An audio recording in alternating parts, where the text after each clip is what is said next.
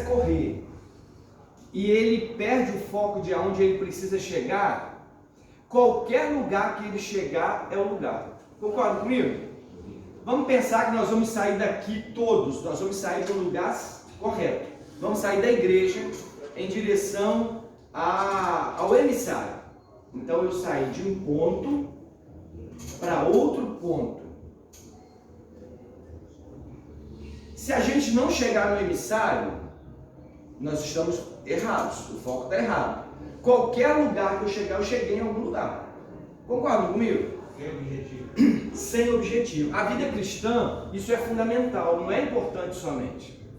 Então você pode estar fazendo muita coisa e não está fazendo o que é para fazer.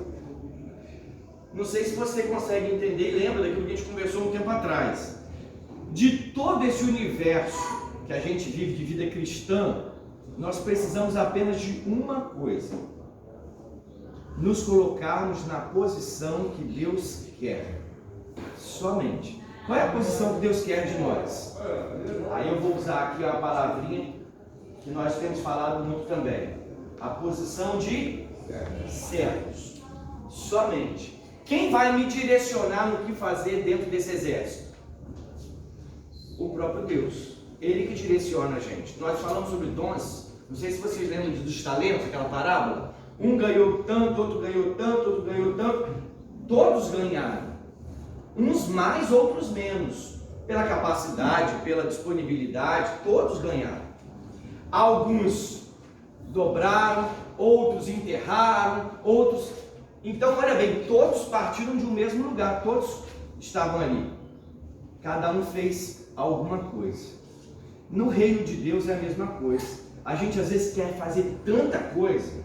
Eu me lembro um tempo atrás, um irmão do ministério chegou e falou assim: não, porque nós precisamos fazer uma EBD para o ministério de música da igreja. E aí um outro irmão falou assim: olha bem, nós já temos EBD, nós já temos tanta coisa, não vamos criar mais uma coisa, porque quem não vem ao que já existe, vai vir mais alguma coisa? Não vai vir. A gente vive cheio de coisas para fazer. Nossa, como é que está a nossa semana? Agenda lotada. A agenda está lotada. As minhas provas já estão marcadas, o Levi também já deve estar prova marcada. Está dando aula ainda? Eu não. Eu já estou com minha agenda lotada. Até 8 de julho eu já estou com o meu calendário todo pronto. Porque 8 de julho eu estou já fechando o segundo bimestre na escola, né, Sandra? A gente vive assim. A gente já vive assim. Então, por que a gente está tratando desse assunto? Porque foco é fundamental na vida cristã. Bom dia, sejam bem-vindos aí. Bom dia, oi, irmão. Bom dia, irmãos. E o que tem acontecido no meio cristão, talvez seja um pouco disso. A perda de um foco certo. Então a gente quer fazer um monte de coisa para motivar as pessoas, para ter as pessoas juntas, e a gente deixa de fazer o essencial. Né? Porque a gente começa a arrumar tanta coisa supérflua e aí isso vai se perdendo. E mordomia é isso, é servir, mas servir em unidade, é ter cuidado, empatia, né? Cuidado, lembra de empatia, é ter compromisso. Não é ser mais um na multidão. Compromisso é diferente de interesse. Lembra que nós fizemos esse paralelo um dia? Na multidão, muitos iam interessados em ouvir, interessados em ser libertos, interessados em ter cura. E muitos eram atendidos, mas eles não tinham um compromisso, um comprometimento. E para esse comprometimento, Jesus chama alguns que iam caminhar com ele, iam pagar um preço, e o preço até de morte. Né? Muitos morreram pelo Evangelho. Então a gente vai ver que a mordomia, ela traz esse tema aqui, que é um tema também. Bom dia, bom dia. Sejam bem-vindos. Bom dia. Pode sentar com a vontade. Bom dia. Bom dia.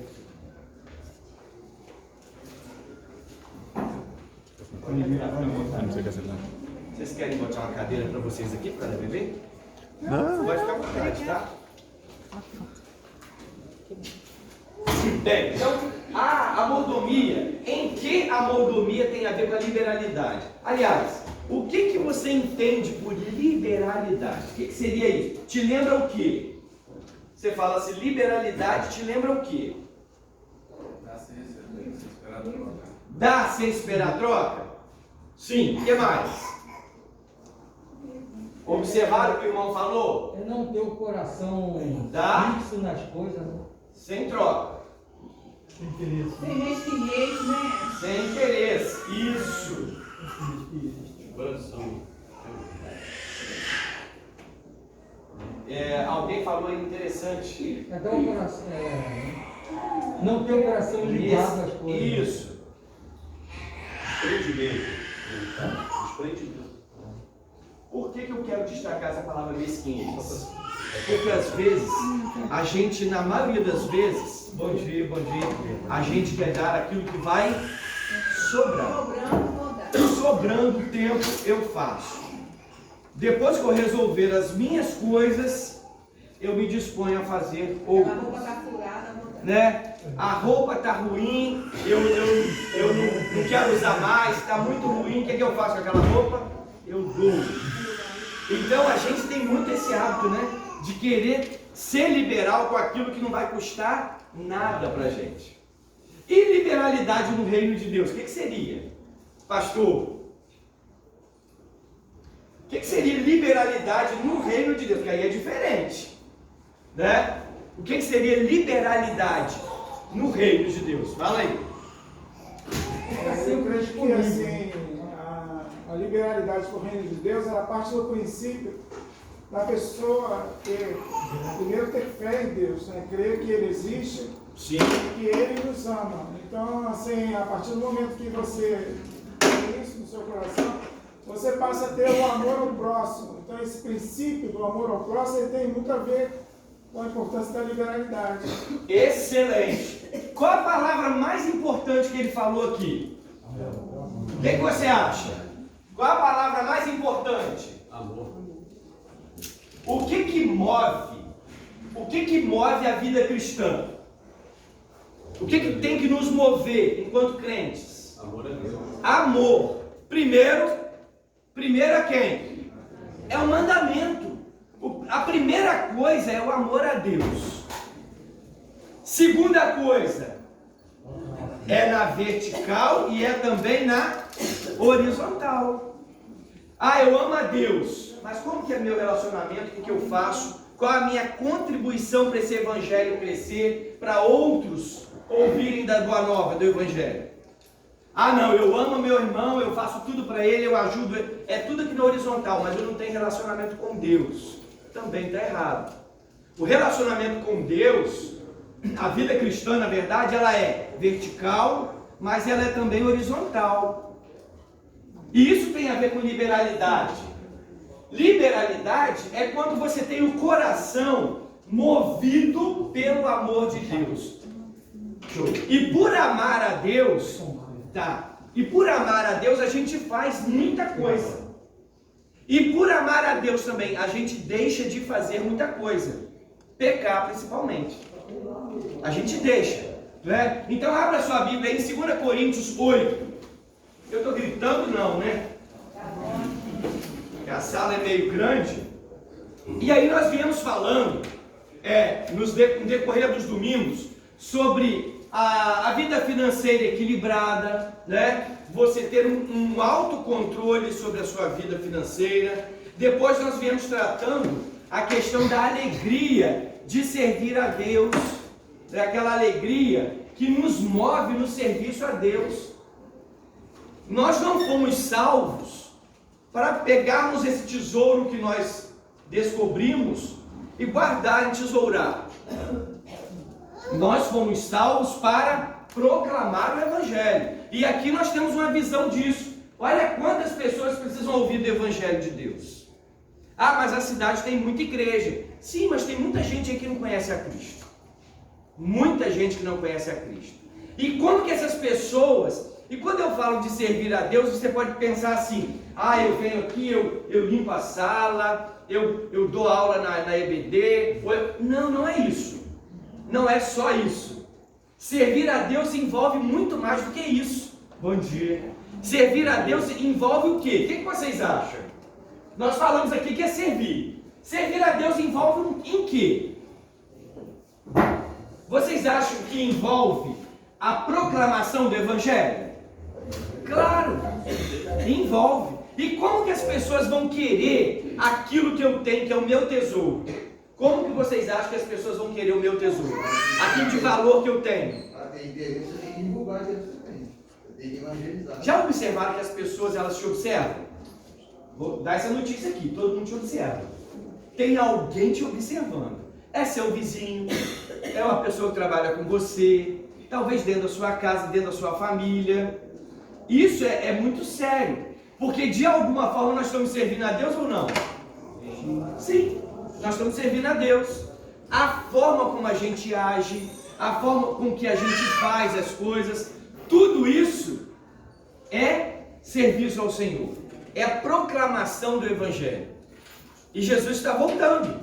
E o tempo está chegando. Vocês estão observando o que está acontecendo pelo mundo? A urgência dessa necessidade de se proclamar esse Evangelho. Mas isso precisa ser feito como? Com alegria. Não por interesse, não por peso, né? Não é por aí. Às vezes, não é. Bom dia. Pode sentar para cá. Bom dia.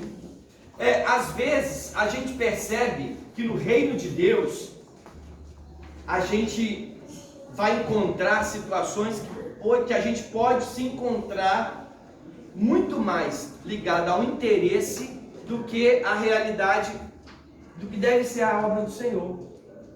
Então, por isso que eu falei a questão assim, da nossa oração do início. Por que nós estamos aqui? Para que nós estamos aqui?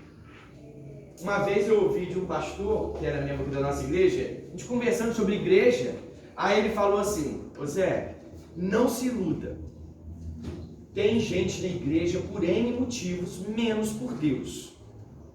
E eu confesso a você que eu fiquei escandalizado.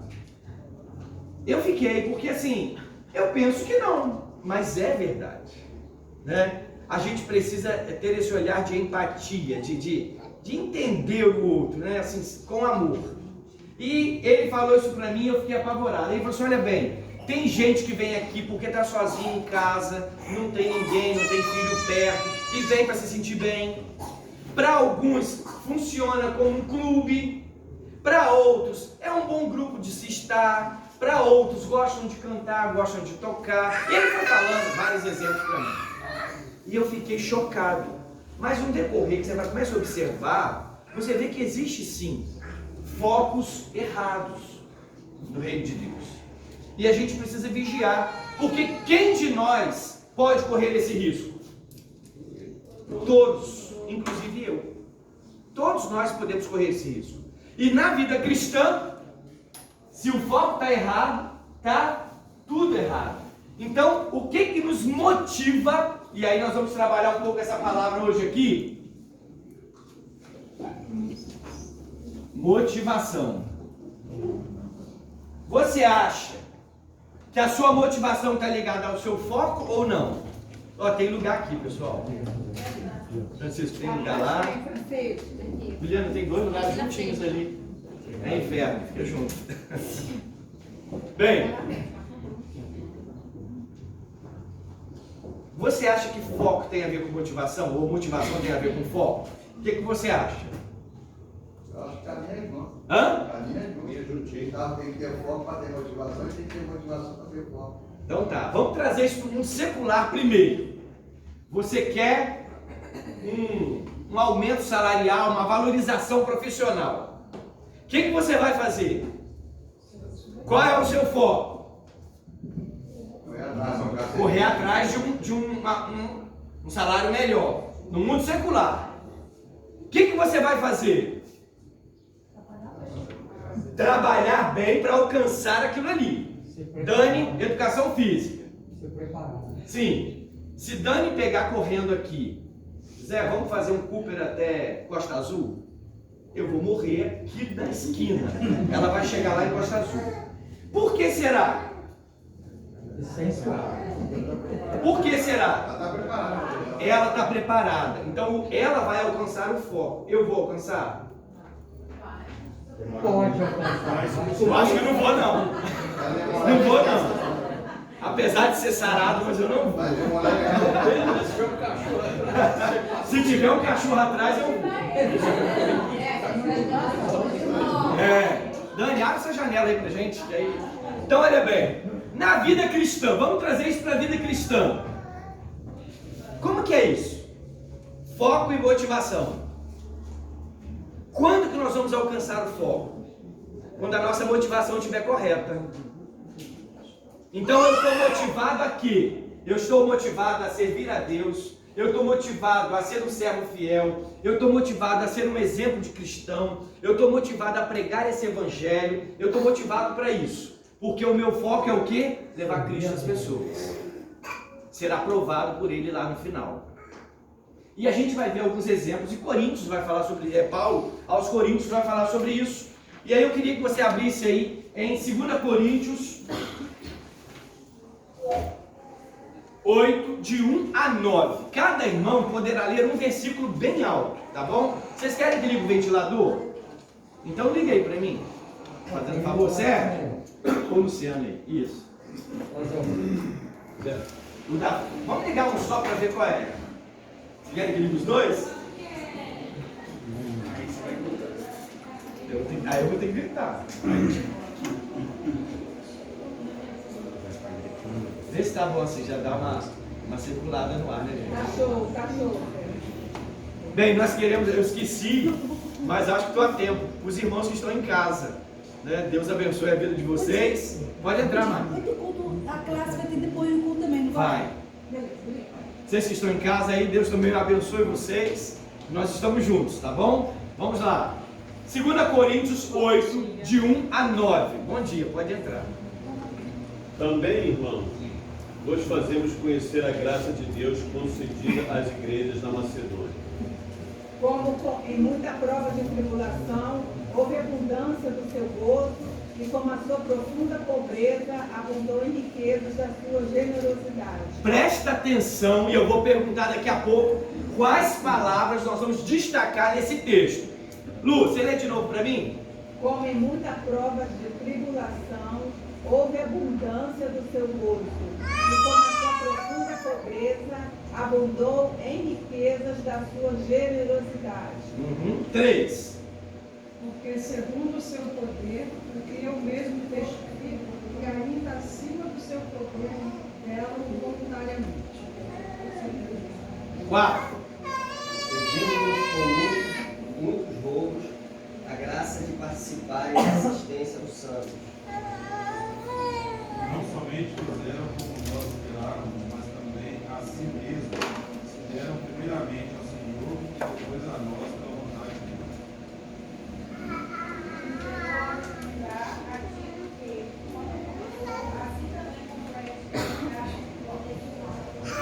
Porém, mais abundância, tanto na fé e na palavra como no saber, em todo cuidado, e não saber assim também já podereis dessa graça. Não digo isso como quem manda, mas para provar, pela diligência dos outros, a sinceridade da vossa caridade.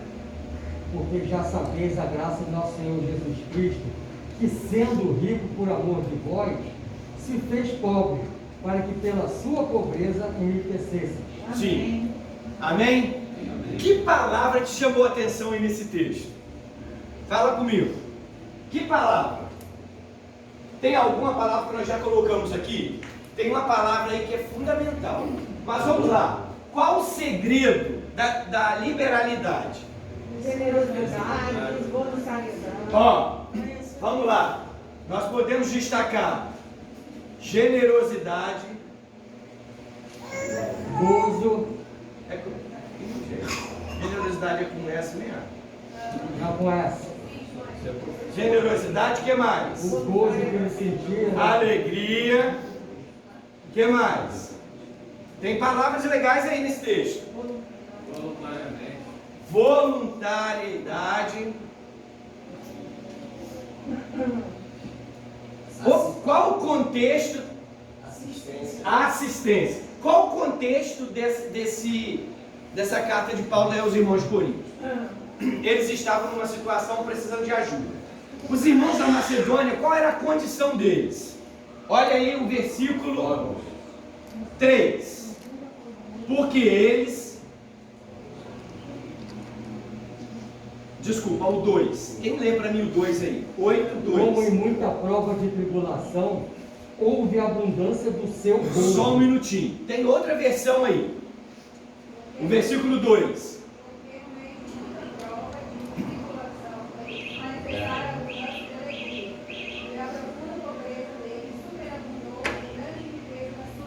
Olha bem, eles tinham qual condição para ajudar alguém?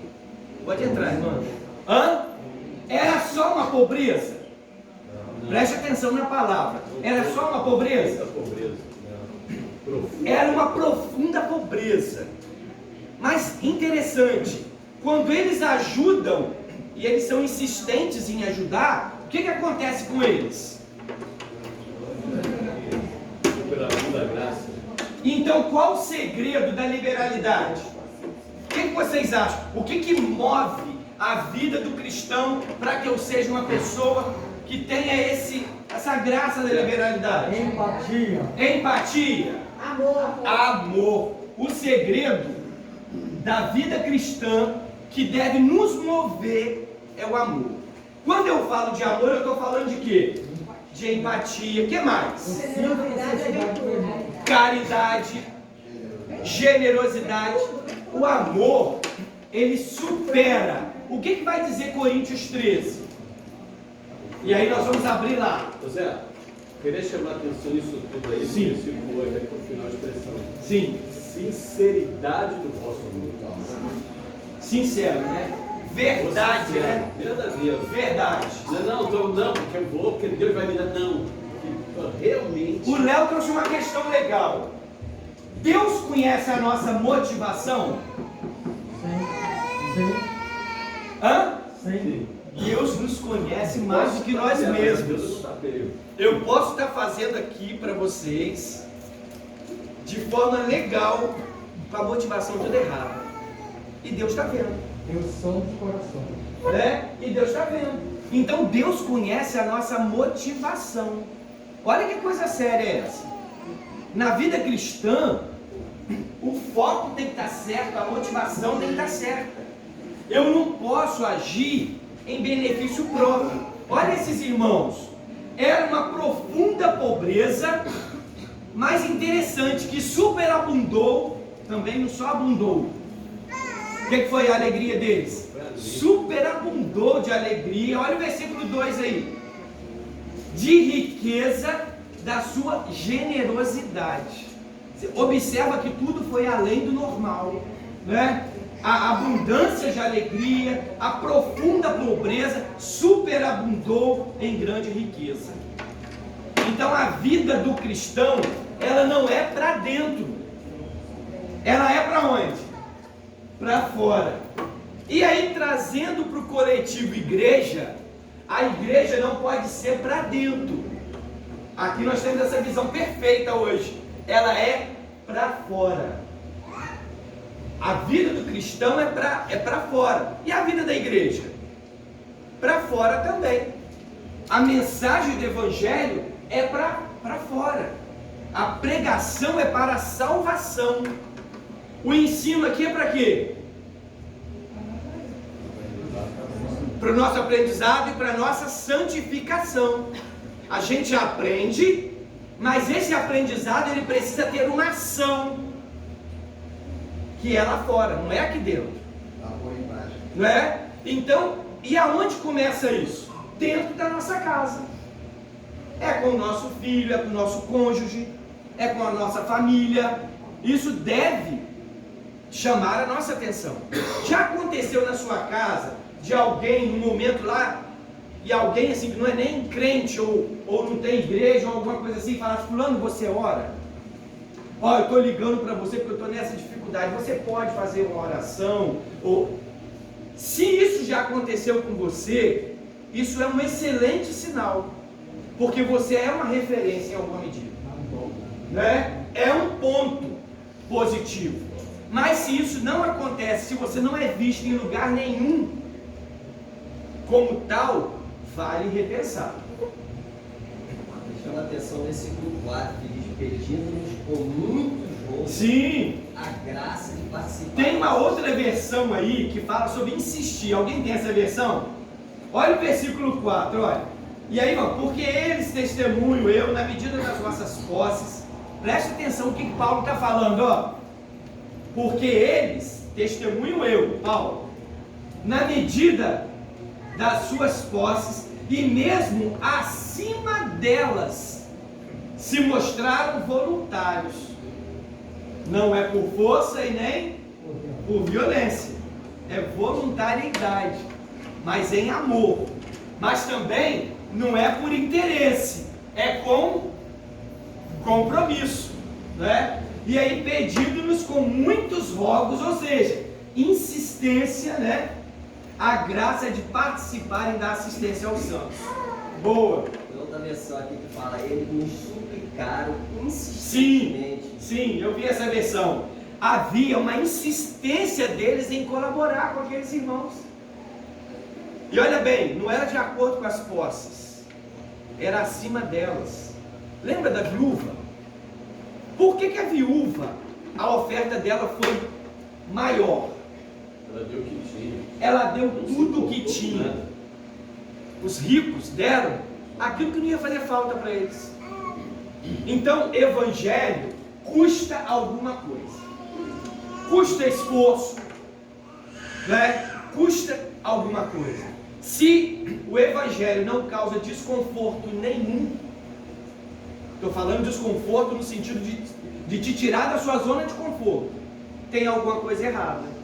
Davi nos ensinou isso, né? Quando ele disse que não ia oferecer a Deus algo que não custasse nada. Sim, exatamente, né? Olha bem, e o segredo é amor. Mas isso tudo é um ato de quê? De fé. Nós vivemos pela fé. Não é tendo nada em troca. Eu vou fazer isso aqui para ter o benefício X. Eu vou fazer ali, não. Deus conhece a nossa motivação. O segredo é o amor. E eu faço isso tudo movido por amor. Mas o que me impulsiona a fazer? A fé. É a fé que eu tenho em Deus. Voltando aqui para o texto, olha aí, no versículo 5.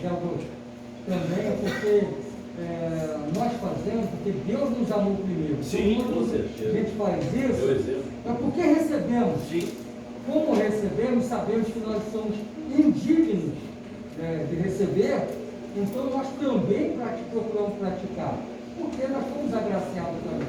Se a gente fizer aquela linha lá do tempo, na vida cristã, você vai lembrar que nós somos feitos à imagem e semelhança de Deus. E como imagem e semelhança de Deus, nós devemos estar aqui hoje, século 21, representando quem? O próprio Deus. Se isso não se reflete em alguma medida,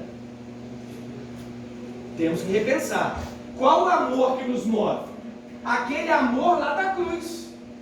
Por isso que é um ato de fé. Porque a nossa vida, ela é movida sim pela fé que temos. Senão tudo fica muito terreno. Fica tudo muito pessoal aqui, muito terreno. Fica tudo nesse patamar aqui, ó. O patamar espiritual é outro. A nossa visão, ela tem que estar além. O que Paulo vai dizer? Que nós devemos olhar, somente olhar para o autor da nossa fé? É só olhar? Olhar firmemente para o autor e consumador da nossa fé.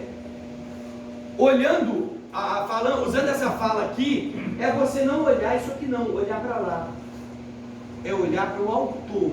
Porque se você olhar para as pessoas, você não vai ficar. E sabe aonde você não vai ficar? Em lugar nenhum. Porque pessoas são o quê? Falhas, pessoas mentem, pessoas erram, pessoas são egoístas, pessoas são falsas. As pessoas, elas são assim, né? Agora, depende do que a gente se enche. Aquilo que eu me encho, eu me torno. Não é assim? É aquilo que eu me encho. O que eu alimento em mim? fruto do Espírito, fruto da carne. Claro que eu estou falando na nossa condição de humanos, mas pela graça de Deus nós conseguimos superar essa condição de humanos. Né? Deixa eu falar também que Deus, nós somos representantes de Deus. Sim. É como uma empresa. Você é funcionário da empresa. Você é o representante. Você é a cara da empresa. Se você atender bem a pessoa vai voltar e vai elogiar a empresa. Não só você, mas como a empresa. Nós também, se nós andarmos em conformidade com a palavra de Deus, nós estamos exaltando o nosso Deus. Agora, se você causa escândalo, aí de nós. E a gente então, precisa... Nós somos a cara, o representante. Pegando esse link aí, do Ronaldo, da questão da empresa, nós precisamos ter muitos cuidados. E a gente falou isso numa lição lá embaixo um dia, né? Às vezes nós corremos o risco de levantar bandeira da denominação, levantar a bandeira da igreja, levantar bandeiras e não levantarmos a bandeira de Cristo. Ao invés de sermos embaixadores do Senhor de Cristo, nós nos tornamos embaixadores de outros, de homens, de igreja, de instituição. E isso é muito sério, porque aí o foco vai mudando a direção. E um pontinho errado aqui na saída vai me levar para outro lugar, que não é o lugar correto. Então nós precisamos levantarmos sim a bandeira de Cristo. 1 Coríntios 13:3. Quem pode ler para mim? E ainda que distribuísse toda a minha fortuna para sustento dos pobres, e ainda que entregasse o meu corpo para ser queimado e não tivesse amor, nada disso me aproveitaria. O que nos move? O amor. O amor. Eu posso fazer... O que o versículo está falando? Eu posso fazer tudo e dar tudo que eu tenho, mas se isso não tiver com a motivação correta, não for por amor, está tudo errado. Então, assim, eu acho que é muito interessante a gente fazer essa avaliação. O que eu estou fazendo? Bom dia. Pode entrar, filha, à vontade. Tem lugar aqui. Tem um lugar ali, tá bom? Então, a gente precisa estar atento aonde está a nossa motivação. Isso é fundamental. E quem pode responder isso? Você. Porque quem conhece o seu coração? Deus e você. Então, se a nossa motivação está somente em servir nesse patamar aqui, cumprir a minha obrigação, cumprir a minha escala, aqui na igreja nós temos vários ministérios. Os ministérios têm escalas. Precisa ter? Claro, uma questão de planejamento organizacional, isso é fundamental. Mas se eu estiver aqui para cumprir a minha escala, está errado. Eu estou fazendo certo, mas com a motivação errada. Eu estou aqui para servir porque eu estou na escala da Piri Marileia. Eu vou servir a igreja. Está errado? Errado. Você não está servindo a igreja? Você está servindo a Cristo. Automaticamente, a igreja. Está entendendo? Eu vou doar, eu vou fazer o que tiver de fazer para Deus. A igreja é resultado, porque o culto, ele é pessoal. Eu estou falando de motivação, não sei se vocês estão percebendo, foco, né, dessas questões, que todas são questões pessoais, diz respeito a mim, não é o coletivo somente, diz respeito a cada um de nós. Então, a gente precisa estar atento a isso, né? 2 Coríntios 8, agora de 10 a 15, cada irmão que não leu ainda, pode ler um versículo, para a gente participar aí. Vamos lá. 2 Coríntios 8, 10 a 15. E nisto dou minha opinião, pois a vós outros, desde o ano passado, principiaste não só a prática, mas também o querer.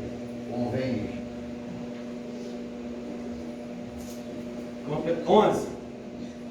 Portanto, continuem e completem o trabalho. Façam isso com o mesmo entusiasmo que tiveram no princípio, dando de acordo com o que têm.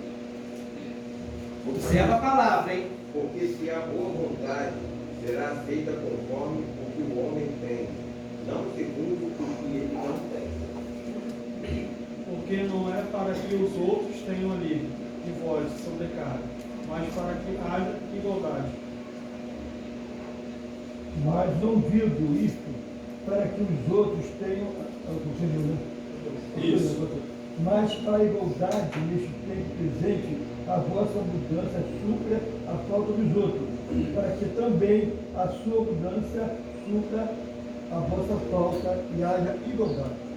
Como está escrito, que muito colheu não teve demais, e que pouco não teve de menos. O que vocês entenderam dessa parte do texto? Da situação dos irmãos da Macedônia.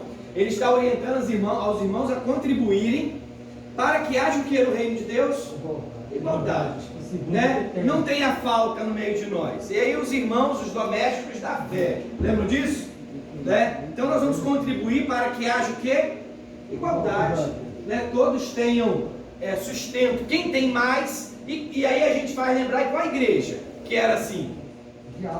A igreja a primitiva. Qual era a característica daquela igreja? Tudo tinha em comum. Eles tinham tudo em comum. Quem tinha as propriedades faziam o quê? Vendiam e repartiam. O que aconteceu com aquela igreja em relação à sociedade? Caiu a igreja. O texto vai dizer que a igreja fez o quê? Caiu na graça do povo. Observam como as pessoas nos observam? A igreja caiu na graça do povo, porque ela era uma igreja com liberalidade. Eles tinham tudo em comum. Ah, então não tinham problemas. Tinha.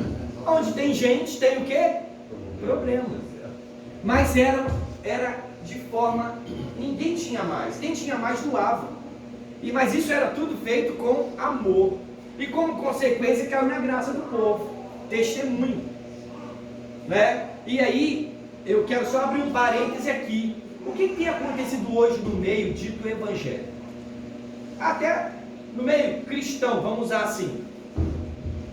Igrejas milionárias. Não é?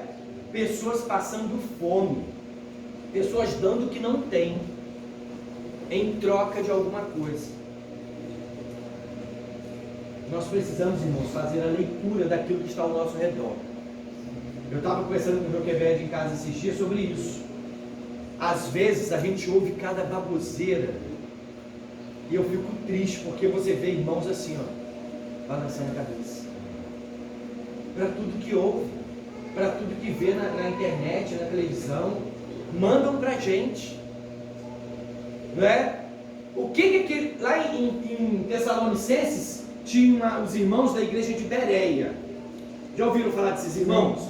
Eles tinham uma característica própria. Qual era a característica deles? Eles confrontavam com a palavra, se era mesmo. Tudo que eles ouviam, eles iam para a palavra, para ver se era aquilo mesmo que estava falando. Estamos vivendo esse tempo. E hoje então muito mais, porque no mundo online, no mundo virtual, chove de coisas assim. E às vezes no dia a dia nosso, a gente ouve e balança a cabeça. A gente ouve e balança a cabeça. Estamos comendo erva daninha e não estamos ligados nisso. Irmão Augusto, e a Bíblia diz, se nós devemos cuidar de vigiar, que até os escondidos são enganados. Exatamente. Exatamente. Você acha que nesse tempo o inimigo trabalha para quê? Você acha que o inimigo trabalha só lá no mundo? É na noite aqui? É lá que ele trabalha? Irmãos, existe uma coisa que assim, a gente observa muito. Não sei se vocês observam isso. A gente estava falando isso lá na escola esses dias. Você já percebeu que a apatia está tomando conta das pessoas? Estão culpando a pandemia. Eu não acho que seja só a pandemia. As pessoas estão apáticas, estão desatentas. Na vida cristã parece que assim, cara, está todo mundo zen, e assim, um marasmo. Você percebe isso ou só eu percebo? Está tudo tão bem, está tudo tão zen, e nós estamos numa luta travada. Cristo está voltando, o inimigo está aí. A gente precisa estar atento ao que ouve, ao que vê. São sinais que estão acontecendo. Jesus está voltando. E nós estamos aí parados, esperando. E Ele está trabalhando. E uma forma que Ele trabalha dentro da igreja é exatamente isso. Tirando você do foco. Você vem à igreja, o que mudou? Nada. Que diferença isso fez? Que você ouviu? Nada. Eu ouvi uma mensagem um tempo atrás, e o pastor fazendo um paralelo. Quem estava lá no processo da crucificação de Cristo? Era só os do meio social? Não. Era só o povo? Tinham sacerdotes. Estavam lá. Os falsos profetas vão estar onde? Lá no mundo? Os falsos profetas vão estar lá no mundo. Vão estar aqui. Vão estar ali. Vão estar na rede social. E a gente está ouvindo. E a gente vai ouvindo. Uma mentira falada várias vezes, ela pode se tornar uma verdade para você. Preste atenção nisso. Uma mentira repetidamente no seu ouvido se torna uma verdade. Por isso que muitos se perdem. Porque vai ouvindo aquilo ali. E aquilo ali vai tornando uma verdade. Então a verdade é Cristo. Vá para a Bíblia. Olha, vê o que a Bíblia diz. Não se engane. E aí há uma chamada de atenção para a gente na palavra de Deus. Errais porque não conheceis as Escrituras. Se você conhece o verdadeiro, o que é falso não vai ter lugar na sua vida. Amém. Concorda?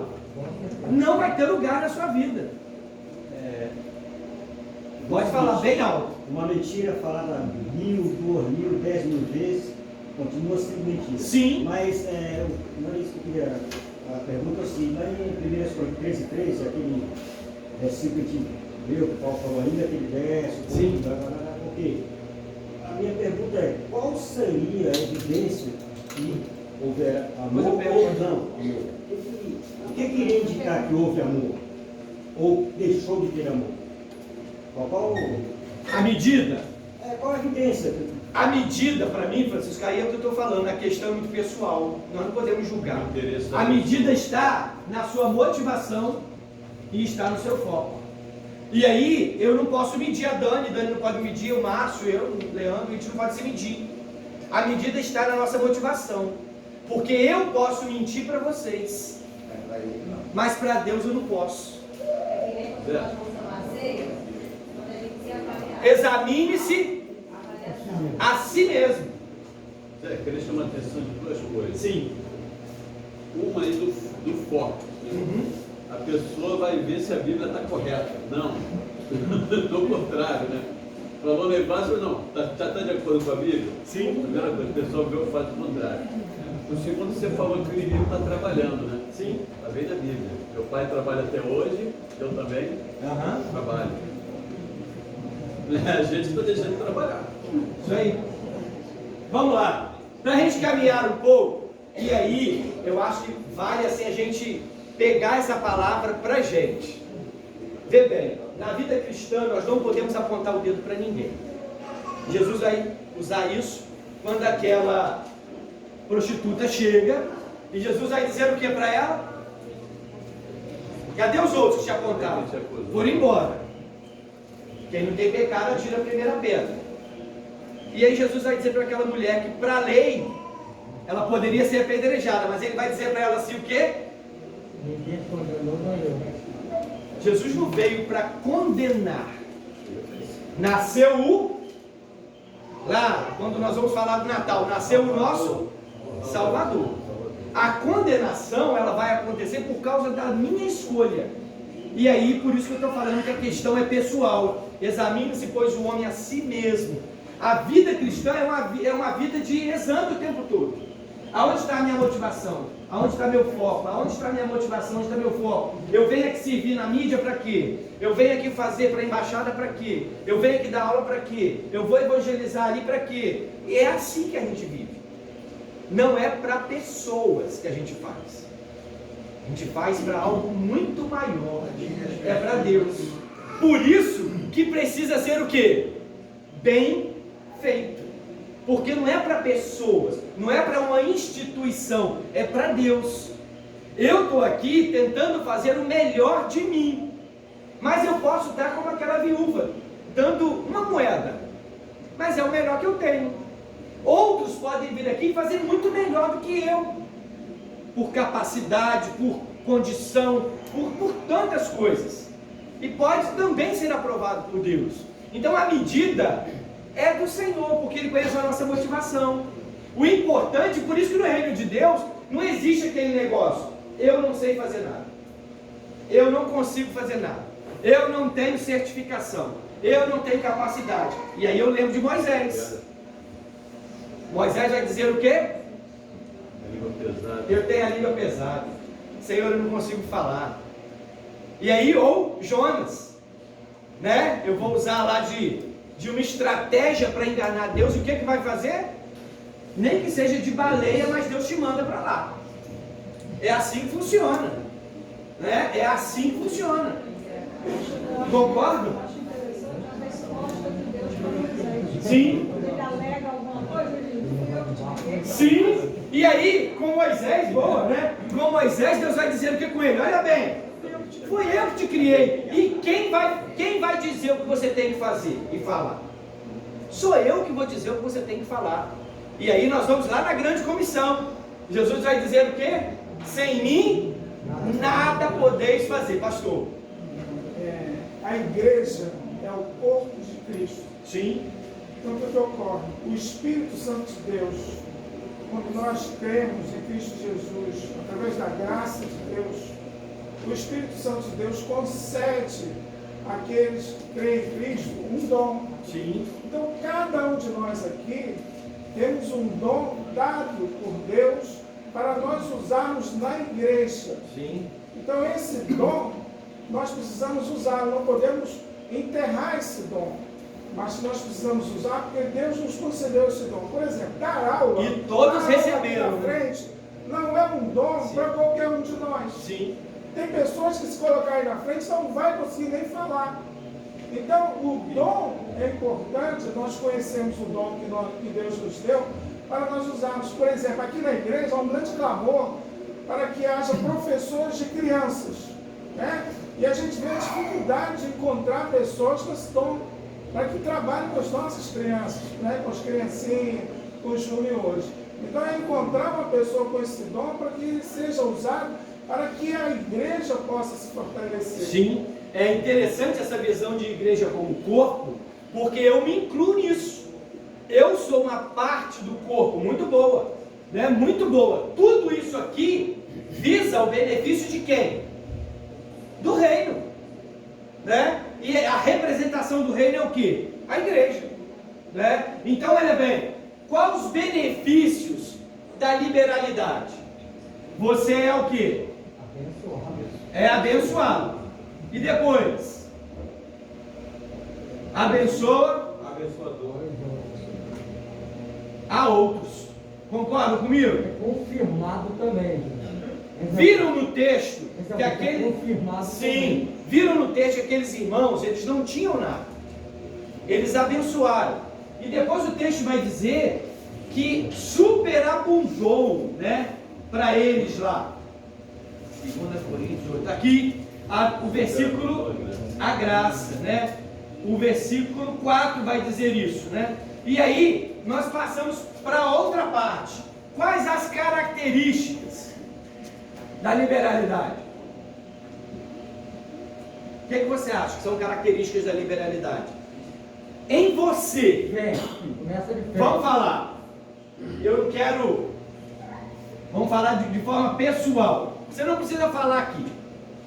Você tem alguma característica que você se considera uma pessoa com liberalidade? Sim, em alguma medida sim. Então vamos lá. O que te caracteriza como uma pessoa nesse perfil? Gratidão? Quem quiser falar, pode falar. Alegria. Alegria. Você faz aquilo ali com prazer, com alegria. O que mais? Generosidade. O que é generosidade, hein? O que é? A gente tem que falar tanto disso, né? Desapego. Desapego, né? Isso. Mais alguma característica? Amor é aquele também, né, João? Hã? Amor. Muito bem. Amor. Preste atenção. Existem características que são comuns a nós. Mas eu tenho uma característica pessoal minha, que me faz ser uma pessoa com liberalidade. Cada um de nós aqui, o pastor disse é verdade, cada um de nós aqui recebeu um dom. Mas existem características que são comuns ao povo de Deus. Fé, amor, generosidade deve ser, né? Gratidão deve ser. Vivemos um tempo que a gente precisa usar de liberalidade. Respeito ao próximo. Respeito, né? Empatia, se colocar no lugar do outro. Dedicação. Né? Dedicação àquilo que você faz, entendendo que os benefícios disso tudo é para o reino, é para algo muito maior do que a igreja instituição. Porque tem para dar, tem que pensar isso também. E se eu sou liberal, eu tenho alguma coisa para dar. Eu recebi uma visita um tempo atrás de uma senhora, e ela, tadinha, ela mora sozinha, mora longe, e ela passando dificuldades mesmo.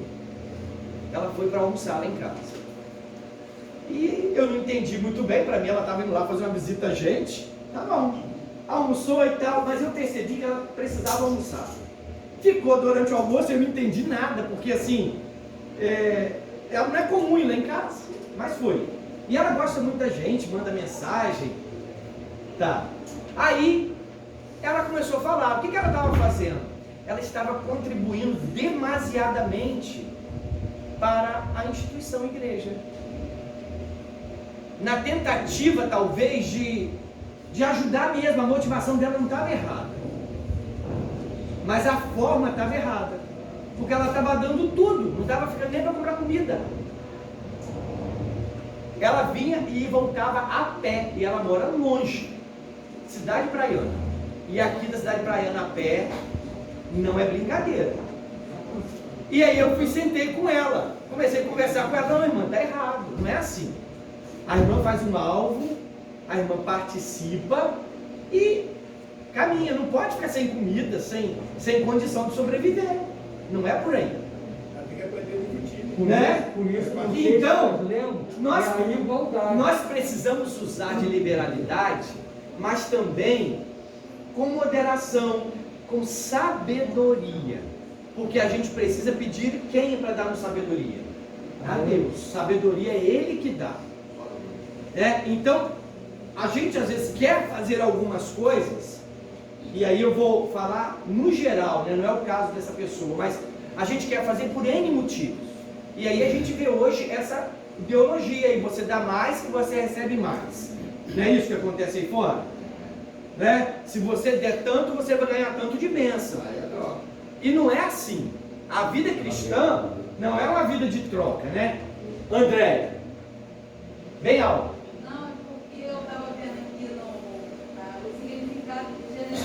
Sim. Aí aqui está dizendo, a virtude daquele que se dispõe a sacrificar os seus próprios interesses em benefício de outros. Sim. É a questão do benefício. Eu sou abençoado quando eu contribuo. E eu abençoo outros. Né? E isso precisa ser feito com alegria. Marcos. Isso que você estava falando aí, nós acabamos de ler, no versículo 13, ele fala assim, porque não é para que vós outros tenham alívio, porque vós sobrecarga, que há desigualdade. Sim. Não é para eu aliviar o outro e ficar em angústia. Vê bem, não é isso. Então tá, igual essa irmãzinha, ela deu tudo que ela tinha e ela ficou sem. Não pode. Né? Isso pode ser até um ensino inadequado da igreja que ela está indo. Sim, exatamente. Às vezes vai na igreja e o pastor usa aquele outro versículo que diz aí que eles deram mais do que tinham. Então, usa esse versículo. Você tem que dar mais do que você tem. A pessoa veja a minha casa. Boa essa palavra. Todo texto tem um contexto. O pastor Sérgio está aqui, pode falar isso melhor do que eu. Todo texto tem um contexto. E às vezes a gente vê aí o que? Pega-se um versículo isolado e faz o que, pastor? Cria uma história em cima daquilo. E aí pega esse texto aí, olha, deu muito mais do que tinham. E aí você tem que dar marca que você tem. Aí faz uma regra. E faz uma regra. Não é assim. Não é assim. Tem gente que até tatua no pescoço, tudo possa ter que me fortalece, mas esquece o meu anterior. Né? Sim. Aprendi o segredo de se sentir contente. Isso aí. Então vamos lá. 2 Coríntios 9, 6 e 7. Eu gosto quando o pessoal participa assim, gente. Vamos lá. Um irmão vai ler um versículo, o outro vai ler outro. Bem rápido. 2 Coríntios 1. Está acabando já, tá? 9, 6 e 7. Isto afirma: aquele que semeia pouco, pouco também se fará. E o que semeia com fartura, com abundância também se fará. Cada um contribua segundo tiver proposto no coração, não com tristeza ou por necessidade, porque Deus ama a quem dá com alegria.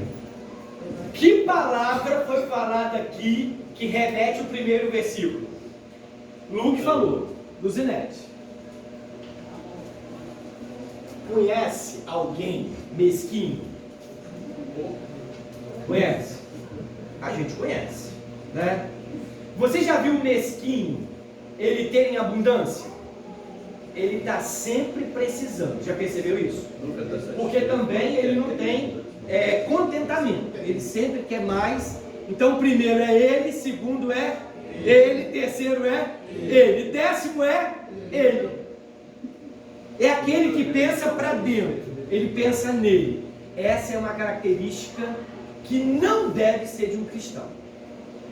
Porque o cristão, ele vive para o outro, ele não vive para ele. E o nosso modelo foi e é Cristo. Cristo viveu para quem? Para outros. Só para os santos perfeitos, curados, saudáveis? Para todos. Aqueles que ele poderia até, ele não fez. Na cruz do último momento, ele salvou. Eu fico emocionado de lembrar da crucificação e naquele momento, ainda ali com toda a condição que ele vivia humanamente falando, ele olha para um, ele olha para o outro e ele observa cada um. E aquele que se mostrou arrependido, o que ele fez? Hoje mesmo você vai estar comigo no paraíso. É de arrepiar. No último momento de humilhação, de dor, de tudo, ele ainda vai olhar para o outro. E ele olha para dentro de mim. Olha que interessante. Por que um teve um tratamento e o outro não? A condenação é a minha escolha. Ele veio para todos, ele quer salvar a todos. Quando há a salvação, o que acontece no céu? De um justo? Alegria. Alegria. E aí o segundo versículo vai dizer, o 7. Lê para mim aí, bem alto. Cada um, segundo tiver proposto no coração, não com tristeza ou por necessidade, porque Deus ama a quem dá com alegria. Deus ama a quem dá com alegria. A alegria é o resultado desse amor. É a alegria. É o resultado. Eu fiz tudo no processo como Deus mandou. E qual o resultado disso? Alegria. Cada um vai contribuir segundo o que está no coração. Ou seja, Deus não está pedindo nada além do que eu posso. Deu para entender isso? Não é nada além. Então não adianta você vir com o discurso, mas eu não consigo fazer. Aí eu vou te chamar de Moisés. Mas eu não sei fazer. Aí, como o corpo é perfeito, um vem aqui e fala, outro vai lá embaixo e faz uma coisa que eu não sei fazer, o outro faz uma coisa, não sei, é cada um fazendo uma parte. O dedo faz a parte do dedo, o dedinho mindinho aqui, ele parece que não tem importância nenhuma, mas ele participa no meu equilíbrio. Né? O olho não pode dizer que é mais importante que a boca. Não, cada um tem o seu papel, por isso que a igreja é um corpo. E quando tudo isso caminha em harmonia, quem é beneficiado? O reino, não é a igreja. A gente tem uma visão errada. Às vezes a gente quer fazer tudo para a igreja. Para a igreja, não é igreja. A igreja é a consequência, é a parte do reino que é beneficiada. Então quando o irmão chega para você, eu estou indo na igreja X e tal, eu estou feliz. É uma igreja idônea, é uma igreja que prega a verdade. Eu fico feliz. Pode não ser aqui, pode ser aqui, não é? Então a gente fica feliz porque o reino ganhou. Então eu contribuí para que o reino cresceu. Eu fiz a minha parte para que o reino desenvolveu uma área. Então a gente precisa estar atento ao nosso foco e à nossa motivação. Posso falar? Pode. Às vezes a gente associa a motivação com sentimento, né? Sim. Sentimento de paz, sentimento de bem-estar e fazer aquilo. E às vezes não é sentimento, é simplesmente ser intencional. Porque muitas vezes já aconteceu comigo, de não querer fazer alguma coisa para mim, simplesmente me omitir, não prejudicar, simplesmente me omitir. E por falar assim, não pai, tá bom, não estou afim de fazer, não vou fazer. Porque eu sei que isso vai agradar o seu coração. E fazer, e no final do processo sentir alegria. Sim. E me sentir bem com aquilo, sentir vergonha de não ter querido ter feito. Sim. Mas às vezes a gente tem que colocar na nossa mente, principalmente na mente, que mente pra gente também, é ser intencional. Porque muitas vezes, dependendo do que a gente quer, ou de fazer algo para alguém, às vezes a gente realmente não vai querer fazer, mas para agradar o coração de Deus, sabendo que aquilo é o desejo do Senhor, ótimo. A gente fazer intencionalmente. Muito boa a sua colocação. Nisso tudo aqui que a gente falou, pode ser que eu faça tudo tranquilamente porque é o que eu quero fazer. E pode ser que nessa caminhada aqui eu tenha que fazer aquilo que eu não quero fazer. Se eu amo meu irmão, ok, muito bom. Mas e se eu tiver de amar o meu inimigo? Aí que está o desafio. Talvez o desafio de usar de liberalidade, de amor, está em fazer aquilo que não está no meu alcance. Eu preciso fazer um esforço a mais para fazer. Renúncia desse meio. Renúncia é a palavra. Servir a Deus vai exigir renúncia. Muitas vezes eu vou ter que amar o meu inimigo.